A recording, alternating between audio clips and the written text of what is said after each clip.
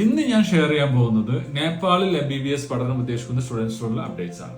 നിങ്ങൾക്കറിയാം, നേപ്പാളിൽ 2025 academics ഇയറിലേക്കുള്ള admission start ചെയ്തിട്ടുണ്ട്. അപ്പൊ അതുകൊണ്ട് തന്നെ ഇന്ത്യയെ പോലെ തന്നെ ഇന്ത്യയിൽ നിങ്ങൾക്കറിയാം MBBS സ്റ്റുഡൻസ് ഓൾ ഇന്ത്യ കോട്ടയിൽ ഉദ്ദേശിക്കുന്നവരാണെങ്കിൽ MCCയിൽ രജിസ്റ്റർ ചെയ്യണം. അതുപോലെ തന്നെ നേപ്പാളിലാണെങ്കിലും മെഡിക്കൽ എഡ്യൂക്കേഷൻ കമ്മീഷന്റെ വെബ്സൈറ്റിൽ നിങ്ങൾ എന്ത് ചെയ്യണം, രജിസ്റ്റർ ചെയ്യണം. അത് ഗവൺമെന്റ് യൂണിവേഴ്സിറ്റീസ് ആണെങ്കിലും പ്രൈവറ്റ് യൂണിവേഴ്സിറ്റീസ് ആണെങ്കിലും.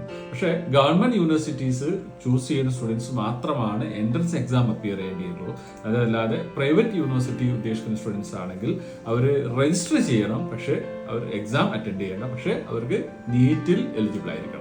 ഇതാണ് നേപ്പാളിലെ പൊതുവേ ഉള്ള ക്രൈറ്റീരിയ. അപ്പോൾ അതിന്റെ സ്റ്റാർട്ട് ചെയ്യുന്നത് ഓഗസ്റ്റ് 18 മുതൽക്ക് ഈ ആപ്ലിക്കേഷൻ സ്റ്റാർട്ട് ചെയ്തിട്ടുണ്ട്. അത് എൻഡ് ഡേറ്റ് എന്ന് പറയുന്നത് സെപ്റ്റംബർ 7 5,000 rupees ആണ് ഇതിന് ചാർജ് വരുന്നത്.